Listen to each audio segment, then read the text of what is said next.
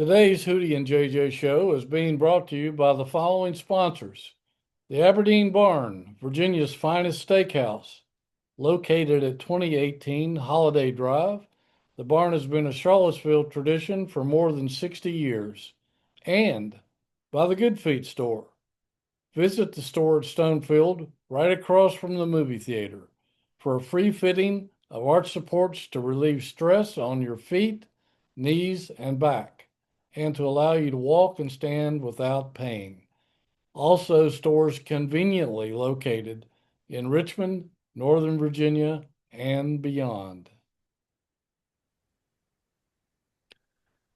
Good afternoon and welcome to this week's Hootie and JJ Show. I'm Hootie, Jerry Ratcliffe, and he's JJ, Jeff Jones, former coach at Virginia, Old Dominion, and American University. And we have a special guest today talking about some big ceremonies coming up this weekend at JPJ Arena when Miami comes to town for a 2 o'clock game with the Wahoos. Big ACC game of two teams fighting for the double bye at the end of the season going into the ACC tournament. Miami is right in there with Jai Lucas taking over the program and should be a barn burner as usual. But before we go there, let's introduce today's special guest, a guy I have tremendous respect for and have known for, gosh, I guess since 2009. Um, just a tremendous human being, a solid basketball coach, and we loved him to death. And hope he has continued success where he is now and beyond. I'm talking about Ron Sanchez, former Virginia assistant, former Virginia interim head coach, and now an assistant coach at Baylor University. Ron, thank you so much for taking some time out of your schedule to join us today. Oh man, it's an absolute pleasure to be with you. You know that. You talk about good people. I'm not sure that there are many that are better than you, man. So it's an honor to spend some time with you this morning. You're very kind. We got another guy there, Jeff Jones, in that same category for sure. Uh, I don't want to say anything about Jeff, but I'm about you. I know you guys are coaching rivals, so you probably knows a lot of dirt on each other. But No, we did when Ron was at Charlotte during my time here at ODU. We had some battles, but Jerry, I think you said it really well. One of the very best people in our profession, and our profession is a crazy one, as we all know. I guess it's not no longer my profession, but one of the very best people that you would want to know. So it's exciting to see Ron and be able to visit with him for a little bit. And the Baylor Bears are right smack in it, in probably the best basketball conference in the country, and fighting like crazy. To I guess play yourself onto the bubble. Is that fair to say? Yeah. Yeah, no, absolutely. We're man, battling injuries. Been down to rosters of 6 and 7 men. So we're arguably in the best conference in America. And man, night in and night, you're just battling through. So I'm excited to be a part of this. And honestly, man, it's great to see you, Jeff. People don't, I know that coaching rivals are one thing, but it's another when you get to spend quality time with people you appreciate and respect. And even during our conference tournament meetings, I remember you, myself, just stepping out, having dinner, and those are the things that I remember more so than just the competitions on the floor. So you're a person that I admire and respect. And again, man, awesome to be here with you guys and sharing some things this morning. Well, that's great. Talking about only 6 or 7 guys. So does that mean you're lacing them up in practice? Because I want to fly down there and watch. No, if you're doing that, because no, I don't want to hear about a torn Achilles or anything like that. No, I wish I would. No, that is definitely not the case. We have some, what I would say, kind of some practice guys. We got a couple of red shirts and guys that are still involved in practice. But as far as the roster, we've been, dealing with some injuries, so it's been a challenge, but fun, fun to figure out the puzzle and just trying to find a way to get better every single day. Well, So Ron, I'm going to start things off and just yeah. So you've been a very successful assistant coach. You had success as a head coach. You were the interim last year. Now you're back being an assistant coach again. What does kind of wearing different hats like that? Has your perspective on the game or on coaching has that changed over those? I don't know, what's it been, that was that like 15 years or whatever? Honestly, it's been such a blessing to be able to have both hats and to see things. I think the one thing that I've evolved the most in has been the understanding of, what it's like to be an assistant coach and helping a head coach during some difficult times, but also how to appreciate your assistants, from the head coaching seat. So I can I can see both. And as the associate head coach or an assistant coach, your responsibility is to the head coach, but it's also to make sure that your staff is functioning well. And it's good to have the perspective of a head coach in a meeting when the head coach is not there. So that you share things with assistant coaches that maybe don't understand, certain situations or the emotions that come with it. Game day, as you know, is a special day, and it's one thing as an assistant, it's a completely different day It was torture.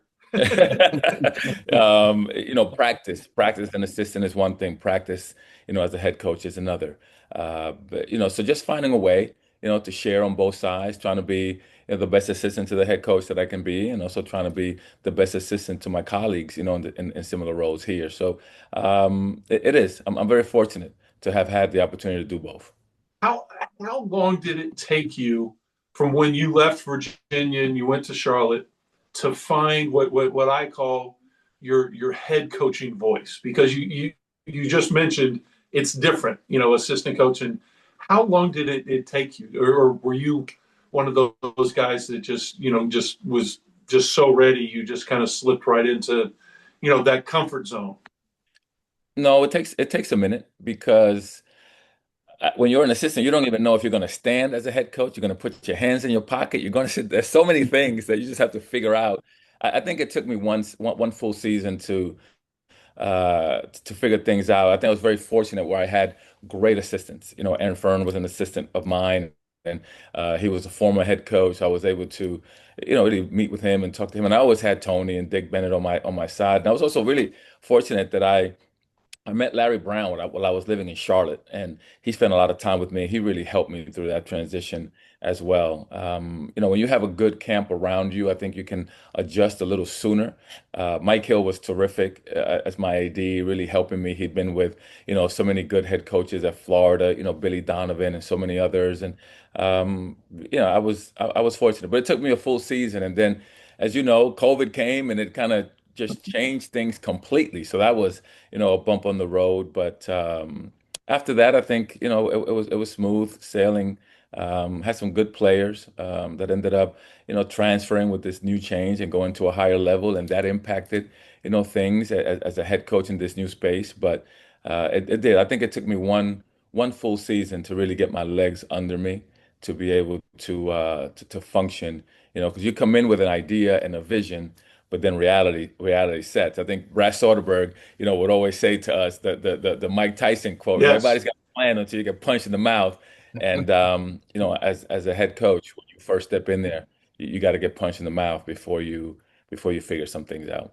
So obviously you had a ton of success as an assistant at Virginia, but you didn't, having played you didn't just copy. It wasn't a carbon copy. It wasn't, Virginia South. Yeah. How did you go about? Because you had been with Tony not just at UVA but also at Washington State. How did you go about kind of saying this is how I want to play? This is what I'm going to take from Virginia, but we're going to also implement these other things. It's a different level, yeah, different talents. Not sure that conference you would say when you and I were in there was a big league. It was more of a, kind of four guards and a lot of up and down and running. And, the way that we played at Virginia, we always had our traditional fours and fives, the Isaiah Wilkins and Jack Salts and, Jay Huffs and Mamadi Diakite. Those guys always kind of played together. Uh, I did keep a lot of the foundation of what we did, Mhm. but I had to kind of figure some things out that fit well with the personnel that I had, and especially in year number one, because back then, if you had a transfer, you had to sit out a year, so you basically inherited what you had, and you just had to figure it out. So that was more of the adjustment, playing to what we had, and as the years passed, we recruited certain guys that had a very specific skill set. The kid Ali Khalifa, who was a terrific passer, kind of a 7 foot point guard. So, I kind of had to put him in positions where he could be successful as opposed to what I wanted to do. So, some of those things impacted what we did. And it wasn't that I didn't want to be like Virginia. It was just I had to play to the strength of the players that we had. Yeah. Now you mentioned Khalifa. Does it? And I know because you're such a good guy. I know you're cheering for him. But did it eat at you a little bit when you saw a guy like Khalifa, who's still playing, by the way? Yeah, I mean, yeah. what's this? His eighth year in college, something like Hey, that? we just played him on Saturday. He's at Louisville now. Yeah. Yeah. Well, to be honest, no, it didn't bother me, Jeff, because you and I both know that as a head coach, your responsibility is to really just help young people. And that should always be our purpose and our why. And winning is a part of that. They go together. So to see Ali having the success that he's having as a young man, and I saw him and I told him, I said, I'm so happy for you because I know your story. He's from Egypt. I know his family, I know his background, I know the history of his family. To see him doing so well here in the States, for me, I'm like, man, I impacted that young man's life in a very positive way. So there is fulfillment in that for me Yeah. personally. See Jameer Young at Maryland become what was he, a third team preseason All-American, and Bryce Williams helped Nebraska get to their first NBA, NCAA tournament with Fred Hoiberg. And actually, I watched Nick Graves last night. He's at Creighton now competing against UConn, and he had a big game and he beat them. And if Charlotte was the opportunity for me to help those young men, get to a place where they create great memories, then I did. I did what I was supposed to do, and I helped them all develop and grow and fulfill dreams that maybe they never even thought were possible in this new space. So I see it all as, I had an opportunity to impact their lives in a very positive way. Gotcha. Jerry, I'll quit dominating. I'll let you jump in here. No, you're fine. You're fine. Well, this weekend, Ron, Virginia's going to honor your mentor, Tony Bennett, by naming the court at JPJ in his honor. Tony will be there with, I imagine, the majority of the players that played for you guys at UVA. And as Jeff mentioned momentarily ago, you were with Tony at Washington State and knew all about what a coach he was before Virginia fans were still trying to figure out if they hired a singer or not. They didn't know who Tony Bennett was. And Yeah. just tell us a little bit about how much respect you have for Tony and what he meant to you, just learning the business under his wing all Yeah. those years. The beauty about Tony is that people see him as a coach, and he is, an incredible basketball coach. But the best thing about Tony is that he's even, a better human being. So people that watch him on the floor, watch him on the court, I think they get a very small percentage of who he truly is. Um, and I think that I was fortunate to have, a seat, kind of co-pilot seat through this journey with him, to watch him not only be so successful on the court, but also to see the influence and impact that he had on the men that we were able to recruit and mentor throughout the years. Tony, for me personally, has definitely helped me understand a lot of this business.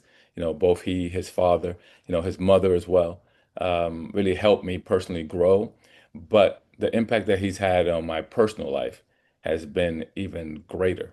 And because of the combination of those two things, I have been able to navigate this space that is constantly changing, that is full of adversity and challenges, but never lose perspective to what truly matters. You know, the joys, the highs, the lows, as we've experienced many of those in our time at Virginia. But it was the way that he handled all of those moments equally with great perspective in the valleys and in the mountaintops that really kind of just states the quality of human being that Tony is and why the men that played for us, you know, were not only great basketball players, but also became great people, great sons, you know, phenomenal brothers and sisters, will be incredible husbands, and some of them are already unbelievable dads. So the impact that we've had on their lives beyond the basketball court is the true measure, you know, of what Tony was able to accomplish during his time as a head coach, both at Washington State and Virginia.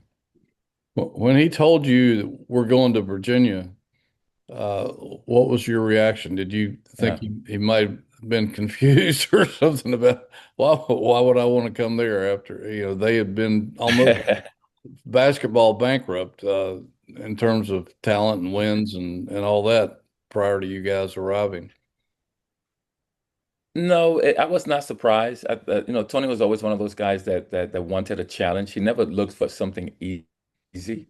You know, we had a lot of success at Washington State as well, taking that program. You Yeah. know, because you know, Dick was the head coach prior to Tony, built a great foundation, and you know, t Tony kind of took the plane off the runway and really, you know, got it up in the air and skyrocketed with it. So, a lot of schools were coming. I knew at some point we were going to depart.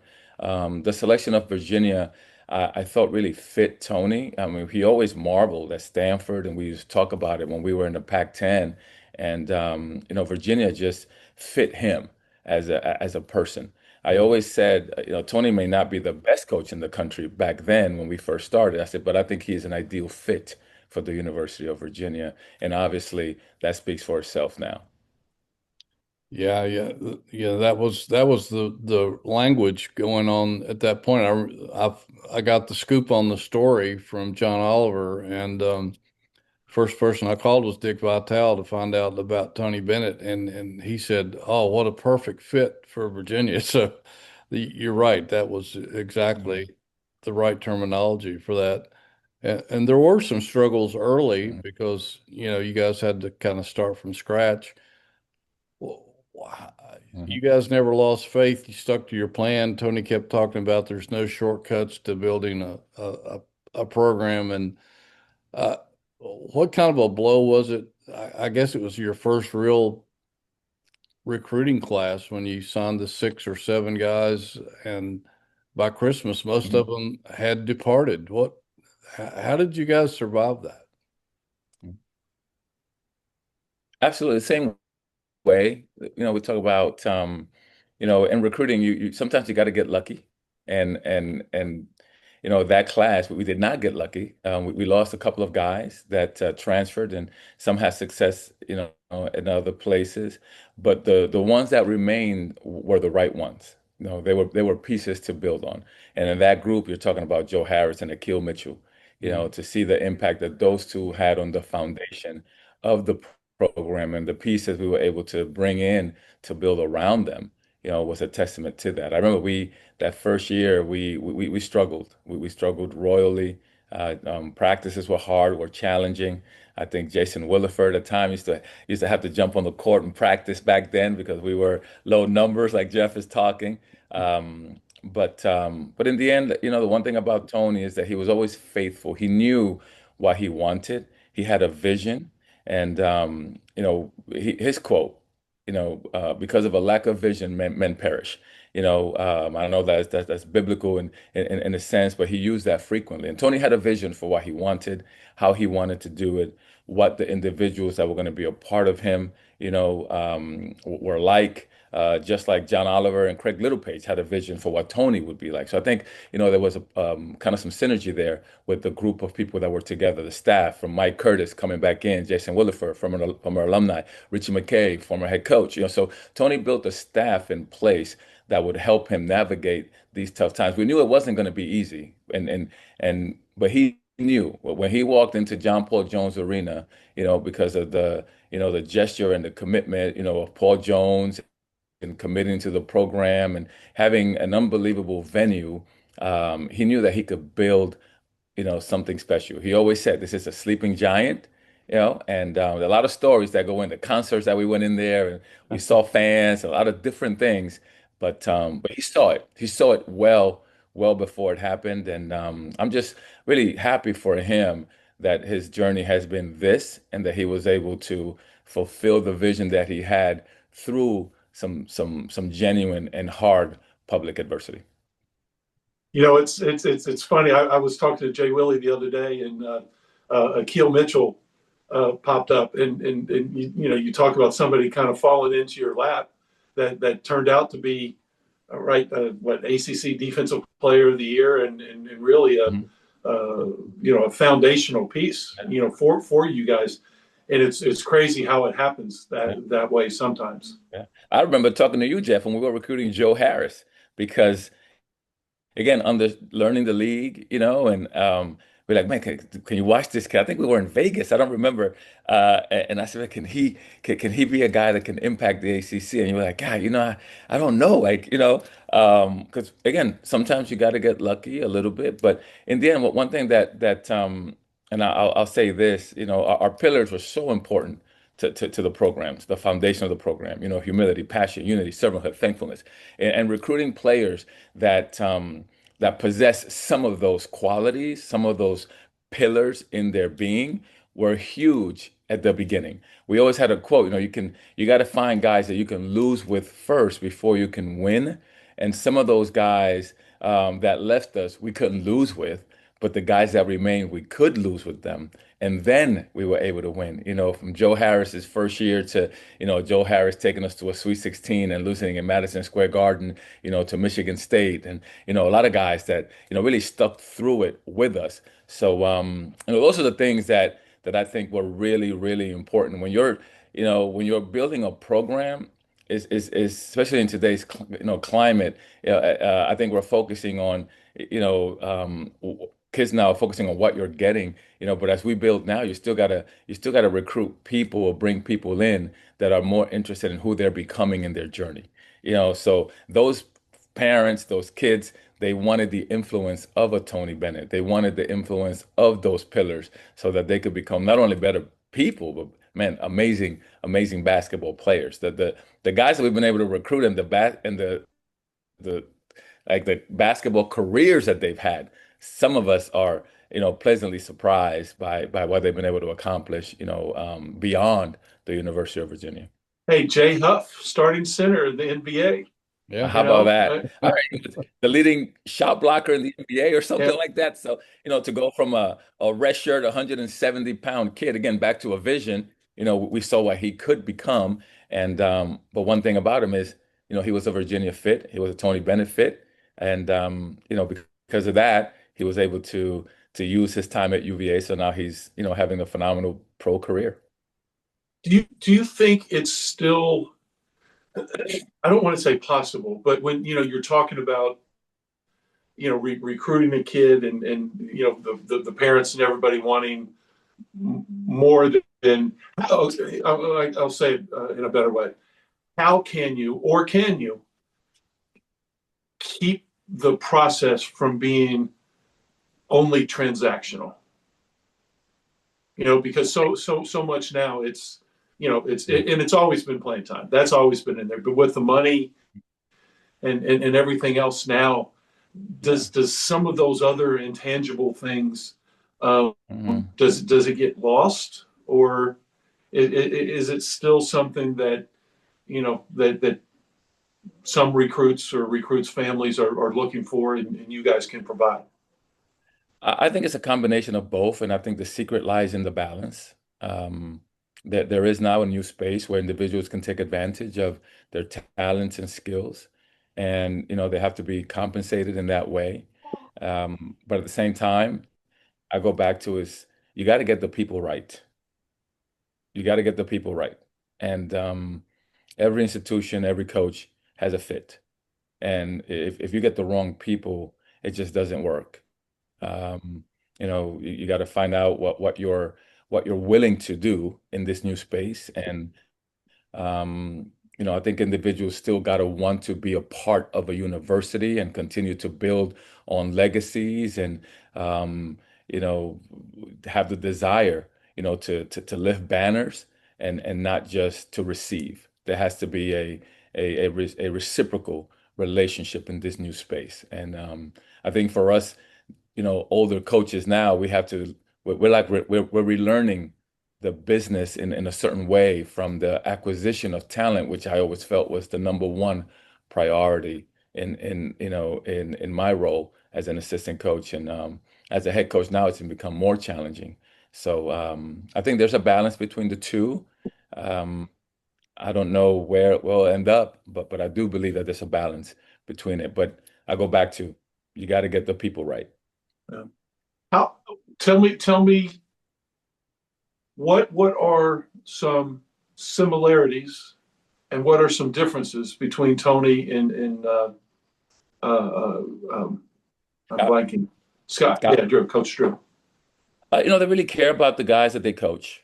They care a lot, and time is invested into helping them think about the people that they're becoming on their journey. I think they do have that foundation in common. That is definitely a common denominator between the two of them. And the basketball piece is different styles, different ways of doing things, but the care factor. I think the care factor is very similar between the two of them. Ron's gonna head to a meeting pretty soon here. Before you go, Ron, do you have a special moment with Tony Bennett that stands out with you? That's hard, I know, after all those years, but is there one thing that sticks in your mind that between you and him that is special? Yeah, I go back to our time after the loss to UMBC.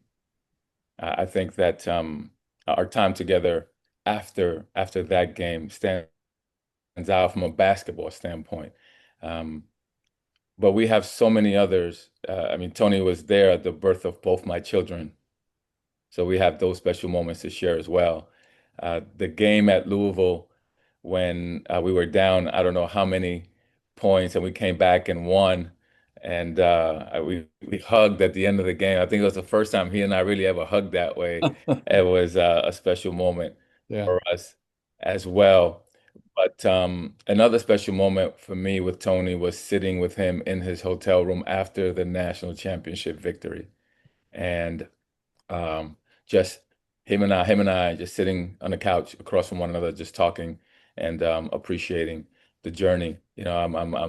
I'm fortunate, man. I have a friend, like you said, a mentor that stands up there with in history with the likes of the Barry Parkhills and Ralph Sampsons and Terry Holland and I think Tony has earned that, and obviously Jeff, you're a part of those great days and memories at the University of Virginia, and it's been an honor to watch him evolve from a first year head coach to a Hall of Fame coach whose name will be on the court at the University of Virginia.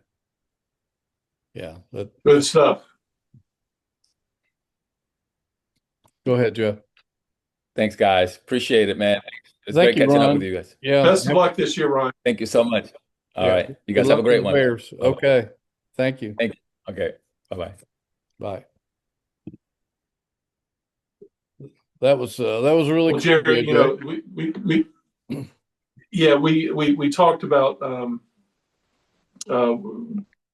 of in the introductory part of the segment about the kind of person that Ron Sanchez is, and I think just to kind of reemphasize, he's just a good dude, and well liked, well respected in the profession, whether he's an assistant, whether he's a head coach, whatever it might be, and just from my perspective, the business needs more Ron Sanchez's, quite honestly. There's not enough guys that, and I'm not just talking personality. I mean, he's got a great personality and demeanor. He smiles and is positive and optimistic. But from a character standpoint, he's as good as they come. So, it was great having him on. And, I was thinking, prior to us starting, to have the kind of individuals that we've had, not just their basketball success, but Brian Stith, Wally Walker, Jimmy Miller, Ricky Stokes, on this show, we've been lucky too. And when Ron says it's about the people, I think really that's the case not just in basketball or putting together a basketball team or program. If you're putting together a podcast, I think it's really important who the people are, and Ron is another one of those just really stand individuals that we've been very fortunate to have on this show. You're right. And from the media perspective, a lot of times you don't get to know the assistant coaches very well because the head coach has his press conferences and stuff before and after games, and the assistants keep usually a pretty low profile. It was a little different under Terry Holland. I think we got to know all the assistants and talk to them freely during all those years, and when you were head coach. But we really didn't get to know Ron that well until when he was interim head coach last season. And throughout that entire year, as challenging as it was, he was always putting the players first in every aspect. And he would often talk about that, about how important it was to try to keep them together and keep their spirits up and get them to keep fighting and all kinds of ways to inspire them to give it their best. And you could just see how much he really cared about those individuals, and he put that above everything else. Yeah, I'm not sure people understand what a difficult situation he was kind of forced into, he and the rest of the staff. You're right. Last year. I mean, it's hard to kind of change jockeys in the middle of a race, but it's also was added to it because that wasn't the norm in terms of the talent. That was a roster, quite honestly, that if Tony had stayed, I'm not so sure how much better that roster would have been. And I don't mean to be critical of the players. And when you look, I mean, Rhodey is up at Wisconsin. You got Blake Buchanan, who's at Iowa State and playing his butt off. Yeah, he is. You got Ames, who's at at Cal. At Cal. Yeah. I know the one kid. McNeely. I forget his name. He was a freshman at Virginia. Yeah, and the one kid at I don't know where he is. He went back west, I think. The big freshman. He's playing. So it's not like there was a dearth of talent. It just wasn't enough to maintain the level of expectation. But those guys were thrust into a challenging situation, and it didn't turn out great, but they kept perspective and kept working and kept pushing and staying positive. Yeah, it was almost an impossible predicament they were in, and I think they probably got the most out of it that they could. I guess we can shift gears a little bit to this weekend and what's passed in the last couple of days with Virginia continues on a hot roll, particularly on the road. I mean, it's unbelievable how they're winning on the road, JJ.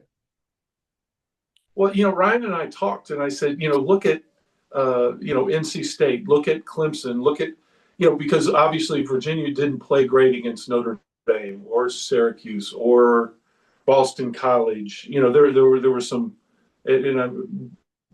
but yet they won. And when you get into February in conference, Ohio State, and obviously that was a non-conference game, but I don't know that we saw Virginia's A game. but they found ways to win, and I think that's really key. It's a mark of a good team. I don't know. We'll find out if Virginia's a great team. There's time for that, but they're a damn good team, and they've done what they've needed to do. But then you look at last night, and wow. I mean, I understand Georgia Tech. Georgia Tech is not a very good team. They're at the bottom, and they're struggling. I'm sure their confidence is really kind of low right now. But Virginia did exactly what you need to do against a team like that. They jumped on them early, and they didn't give them a chance. If they had played with their food, so to speak, Yeah. You never know. Maybe Georgia Tech plays like they did against NC State, where they got a big win and performed at a higher level than they had been. But so impressed, and the shooting display last night was remarkable. But I thought the defense is what gave them the chance, because the defense. They limited Georgia Tech to bad shots, defended shots, contested shots. They limited them to one and done.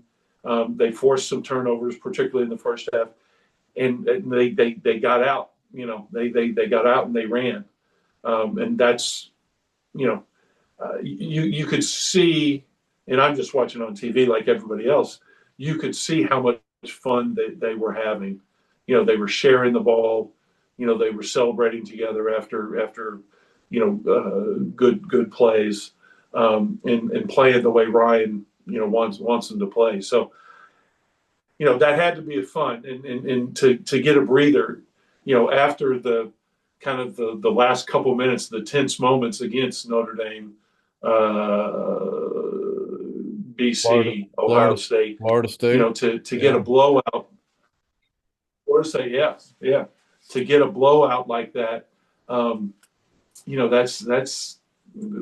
just fun, and it just kind of lifts, the February doldrums that everybody goes through. I mean, it's just a fact, and I talked to Ryan. I asked him, I was like, with Tess and Johan, playing overseas, like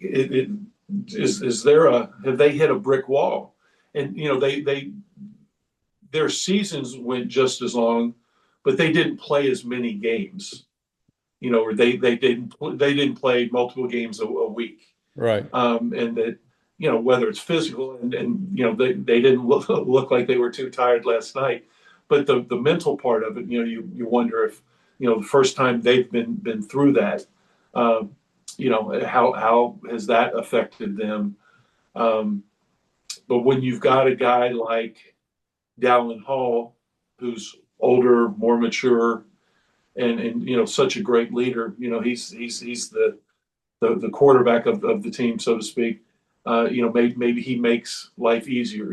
Kind of pushing, pulling, cajoling, whatever to keep these guys going. Yeah, I think he plays a lot bigger role on this team than maybe fans realize, because he doesn't score a lot, but he does so many other things that are important. I'm biased for point guards, but Dallin and Chandler, they're my favorite guys on the team.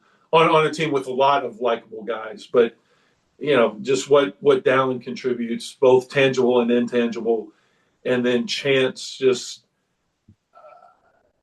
it's amazing. Even last night, I mean, in the first half, he got 2 or 3 offensive rebounds when he had no business getting the offensive rebounds.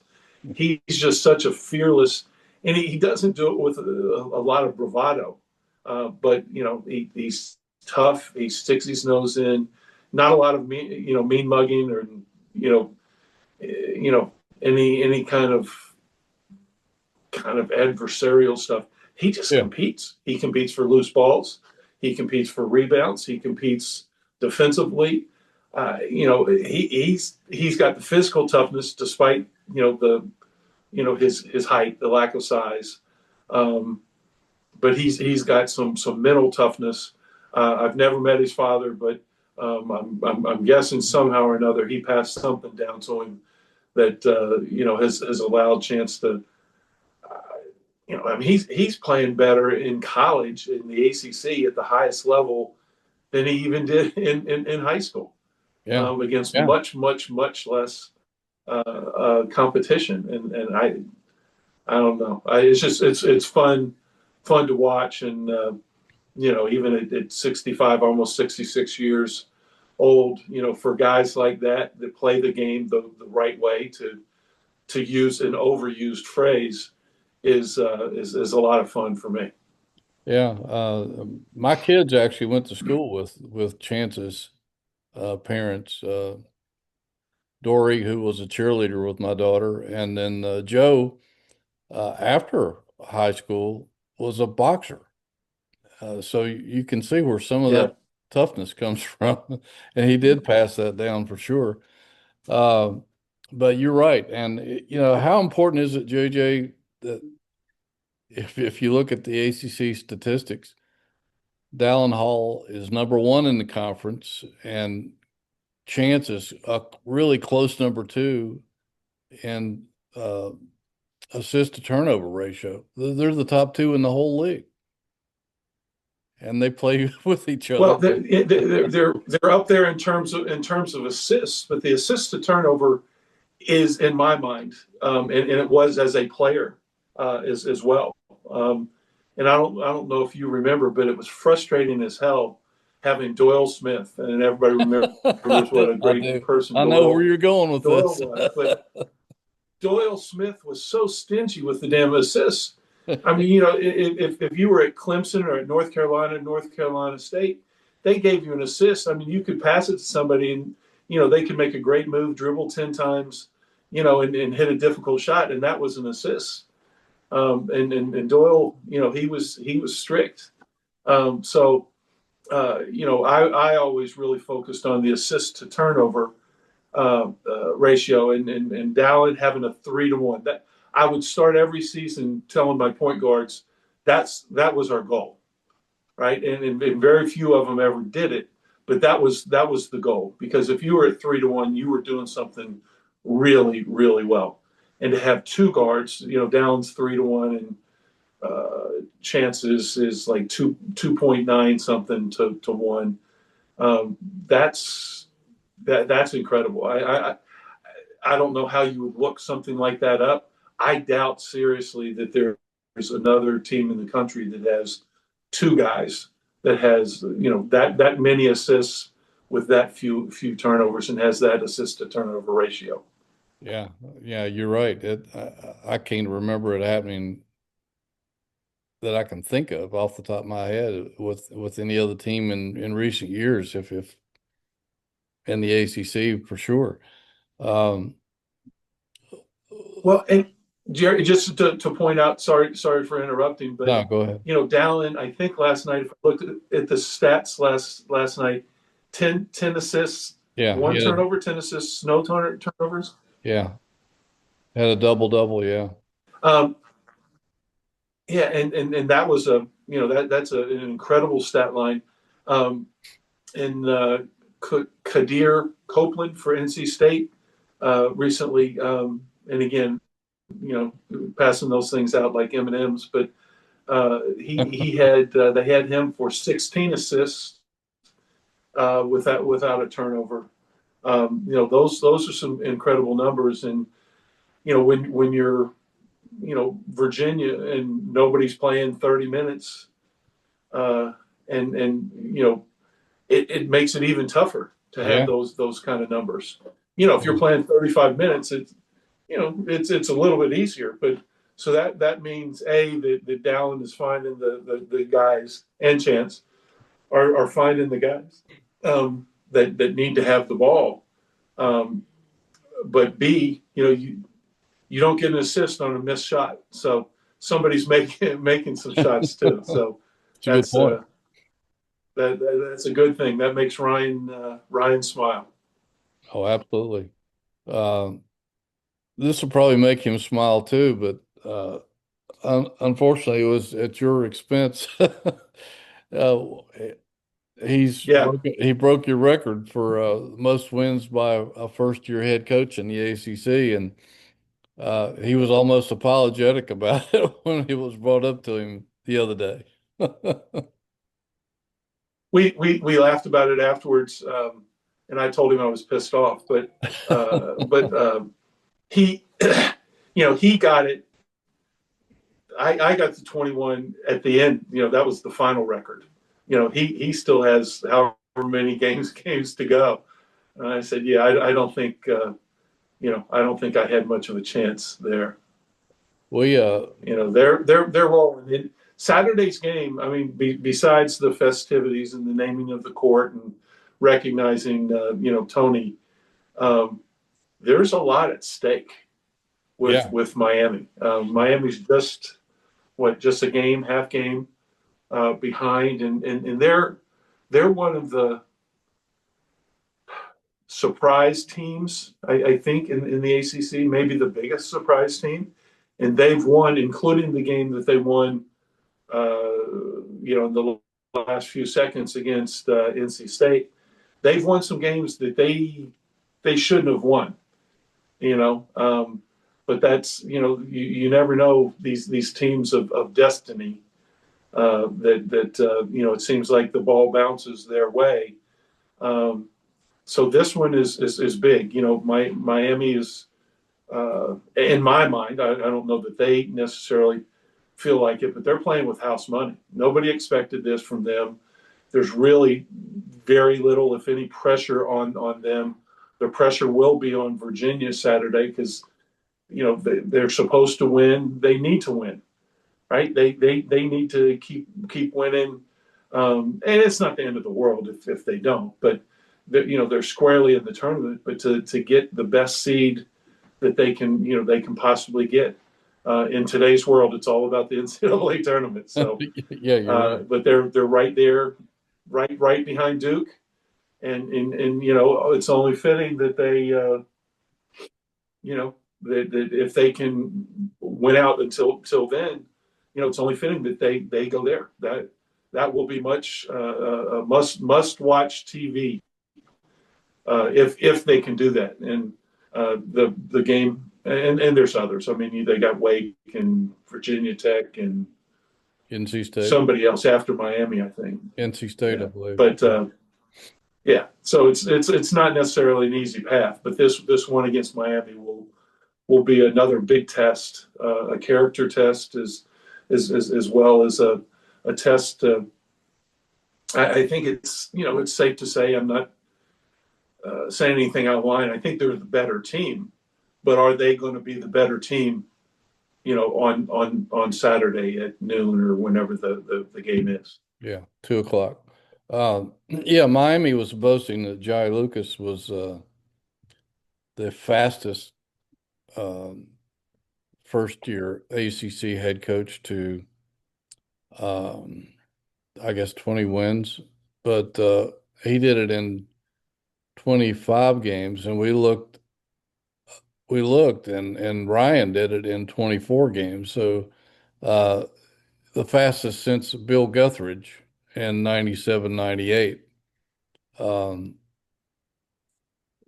After he had taken over suddenly for Dean Smith, but that's a pretty good number too. But yeah, you're right. And how much of an advantage is it? As great as Virginia's been on the road, JJ, four of their last five are at home now, so they don't have to travel very much down this home stretch. Yeah, logically that makes sense, but sometimes it doesn't work out. I mean, is it an advantage? I think every coach and team would probably tell you that it is, but you never know. You can't take it for granted. That's the thing. You can't take it for granted at home. Right.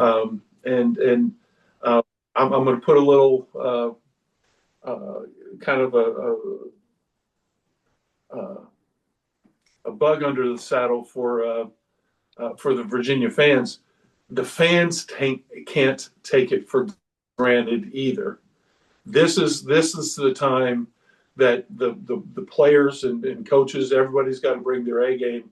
This is the time, that the fans, if they want their team to, have a great seed and have a chance at being ACC regular season champions, this is a time for the fans to bring their A game as well and make sure that they, show up and show up big.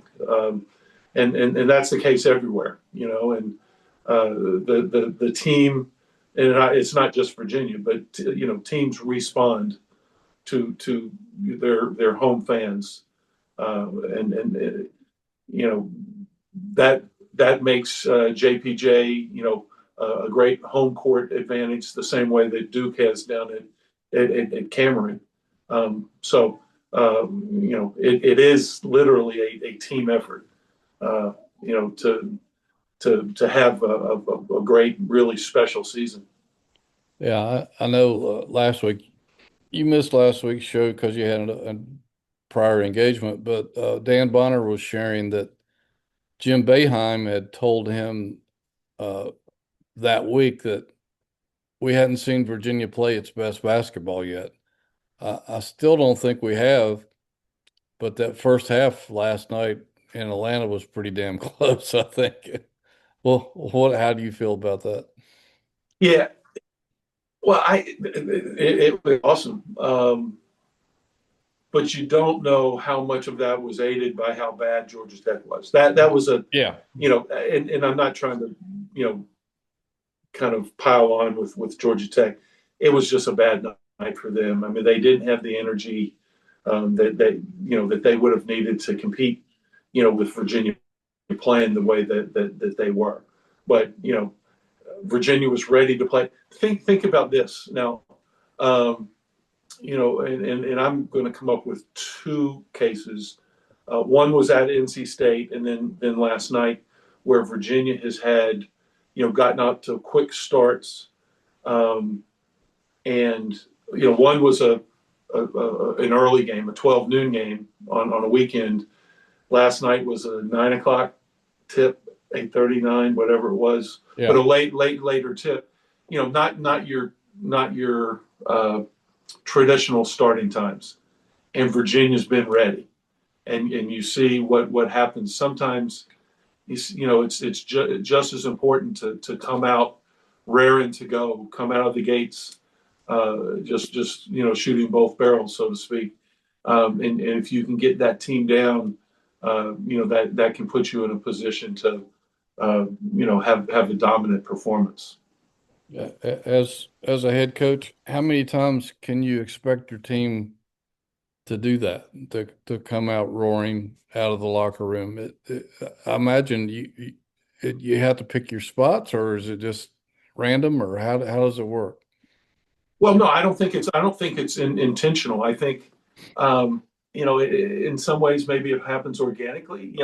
I don't think Ryan changed anything, for that game at NC State or that game at Georgia Tech, than they did for the game at Notre Dame, where they really kind of seemed sluggish and were running through sludge. It's just sometimes it just happens, and does it help that Ryan has a mature group and an older group? Maybe.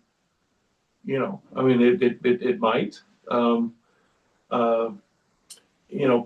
an interesting thing, to just contrast. Sometimes, it's really hard to play. When the opposition, the crowd, is just there, and I won't say it's intimidating. I think there's too much made of that. I don't think a good team gets intimidated by, a home crowd. But I do think that, you can get overwhelmed by the combination of the crowd and the home team. But it's also hard to play when you got a lousy crowd. Yeah. So that's one more thing that was impressive about last night. I mean, they used a real tight camera angle, but there were a lot of empty seats there last night. A whole lot of But empty. the same was true at Notre Dame. Yeah, same was true at Notre Dame though, and there wasn't a good atmosphere there. BC. And yeah. Well, they said BC didn't. It wasn't good to start, but it filled up. Jimmy Miller had told me that by the time midway through the first half, it was a really good crowd, and I guess UVA had pretty good representation there in that crowd. Yeah, the UVA Club of Boston always shows up. They're really good about that. Yeah. This weekend, of course, they'll be honoring Tony Bennett, putting his name on the court. I don't know how much interaction you had with Tony over the years, but I'm sure as a fellow coach and having both been head coaches at Virginia, you have a lot of respect for what he was able to do in putting Virginia basketball back on the college basketball map, national map. Absolutely, and it's obviously a well-deserved honor and recognition. It's a shame that it was postponed because of the weather and moved back. But I'm glad that they were able to find find another game that they could do it. I'm sure the crowd will be very responsive and very thankful for what Tony did for the program and for the community. So it'll be a big day, be an emotional day. I would guess. Yeah. And as I said, very well deserved. And it will be interesting to see if a lot of his former players are able to come back. It's a tricky time. He's got enough players that are still playing. He's not that far removed, so those guys probably won't be able to come back. But the ones that have hung the sneakers up, hopefully can get back and be a part of the afternoon and the festivities. Yeah, I know Joe Harris is coming. I spoke with him briefly, but I think you're right. I think probably the ones that are still playing won't be able to make it, but a lot of the others should be there at JPJ and be a special pregame ceremony. And I think Ryan said that he and his players will be out on the court for that, which is, I guess, not the ideal thing a coach would want to do before a big game, but I guess you almost have to be part of that, right? Yeah, I think so. It isn't ideal to have to do that before the game. I shouldn't say have to be a part of something like that before the game. In the same way that senior day, Right. and that's why Coach Holland for senior day, always did the ceremony after the game. The danger in that is if you lose, that can kind of put a damper on everything. I never. That was one thing I did different than Coach Holland for sure. Was when all the way through my coaching career on senior day, we did it prior to the game, and those kind of festivities, whether it's senior day or a recognition of Coach Bennett. It's emotional and it gets you out of your normal routine and rhythm. And so, you've, as a coach, you've got to, encourage the players to handle the disruption or handle the emotion in a positive way. That emotion can be great, but it also can work against you if you get too pumped up. When there's a celebratory atmosphere pregame. But again, with Ryan, he's got some mature guys, some older guys, and hopefully, they know how to, handle it to manipulate their emotions so that they don't get thrown off kilter and they're ready to play, from the opening tip, just like they were last night.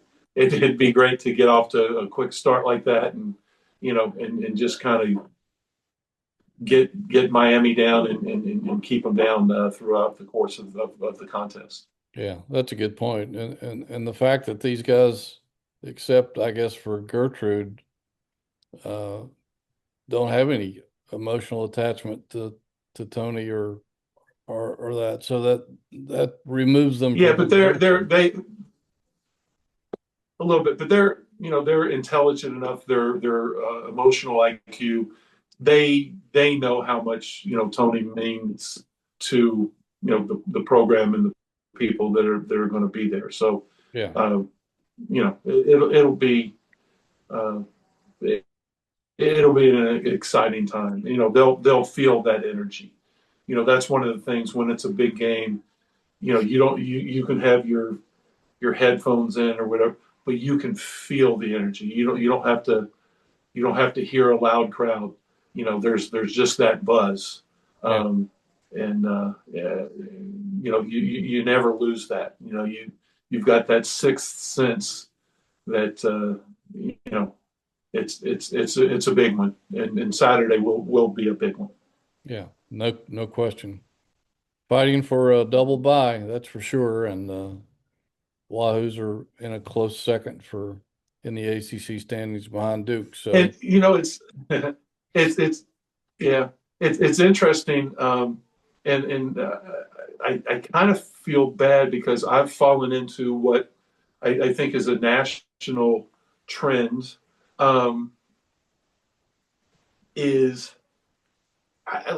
Like when I think about what UVA has ahead of them, I'm thinking the NCAA tournament. right. And I think that's a shame. I don't like that because I can remember when the ACC tournament or the Big East tournament, those things were that wasn't a big deal. It was a huge deal. Yeah, it was giant. Yeah. And yeah, but the NCAA tournament now has, there's so much attention and so much hype over that. The conference tournaments almost get overlooked, and again, I'm guilty of it, but I wish that I wasn't, right? And I think the focus, as you said, on getting the double bye and having the chance to position yourself in the ACC tournament. I can remember when that was kind of in the forefront of everybody's thinking. Yeah, no question about it. And I guess seeding is huge too, because you may be able to stay closer to home if you can, as a 4 seed as opposed to a 5 seed where you might get shipped out west or somewhere. So everything's. I think for Virginia, getting a 4 seed, is that's going to be a challenge. They'll need to get some help. They'll need to do their work, the remaining regular season games and in the tournament. But they're going to need some. There's some other teams right now ahead of them. For the top the top 4 lines in the NCAA tournament. Yeah, I agree. Yeah, they definitely have their work cut out, but they have some opportunities. So no question about that. Well, exactly. They absolutely do. And the first opportunity, and it's my put my coaching hat on. It's not that game in Cameron in a couple weeks. It's Saturday. The teams that, and it's cliche, it's coach speak, it's whatever, but it can be all of that and still be true. The next game is the biggest game on their calendar, and the same thing is true for every team in the country. Yeah. I would have players at all my different stops. They'd laugh or they'd smile when I was talk about it might be in January and say, the game tomorrow is the biggest game of the season. But they learned why I said that, and for Virginia, it's people just aren't making stuff up.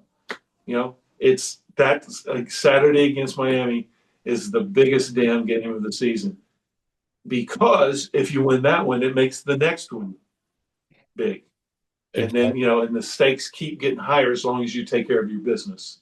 So, I don't know how Ryan communicates that to his team, but I know that will be communicated. I would say probably a whole lot like you just did, because he learned from you too. All right. Well, that's a great way to end this week's show. JJ, thank you so much for taking time. It was fun having Ron Sanchez on, sharing his memories of coaching with Tony Bennett. And big one Saturday. We'll thank you guys for joining in, and please hit your subscribe button and help us grow our audience. We appreciate you tuning in, and we'll see you next week here on the Hootie and JJ Show.